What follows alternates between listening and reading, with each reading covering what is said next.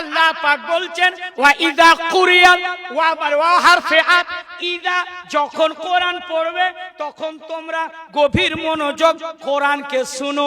এর জন্য কোরআন আমরা যারা সুন্নি নামাজ পড়ি, ইমামের পিছনে কেরাত করা হয়, তখন আপনি কোন সূরা পড়তে পাবেন না।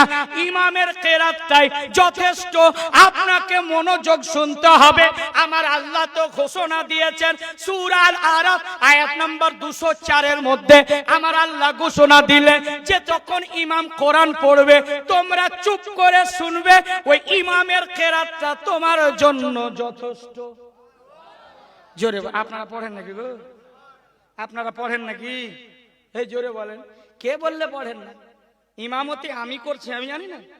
পিছনে মনে হয় হাফিজ সাহেব দাঁড়িয়ে আছেন, চপচপ আওয়াজ আসছে হুজুর। কি ব্যাপারে সালাম ফেরার পর বলছি, আচ্ছা আপনারা পড়েন নাকি? কে বলে হ্যাঁ হুজুর পড়ি তো। তাহলে বুঝালেন কিছু আছে না না এরকম আকীদা? আজকে পরিষ্কার হলো কিনা?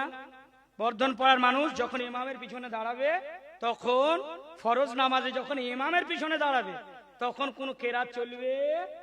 এই জোরে বলে। আর সুন্নি মুসলমান নামাজ তো পড়বো না, এরকম আছে না নাই? আছে। আমাদের মধ্যে নামাজ বেশি আমরা পড়ি না, আছে না নাই? খোদাকে ধোঁকা দেওয়া যাবে? বলেন যাবে? বান্দা তোকে ছাড় দিয়েছি, ছেড়ে দিইনি। আসবি কতদিন? আসবি একদিন কবরে,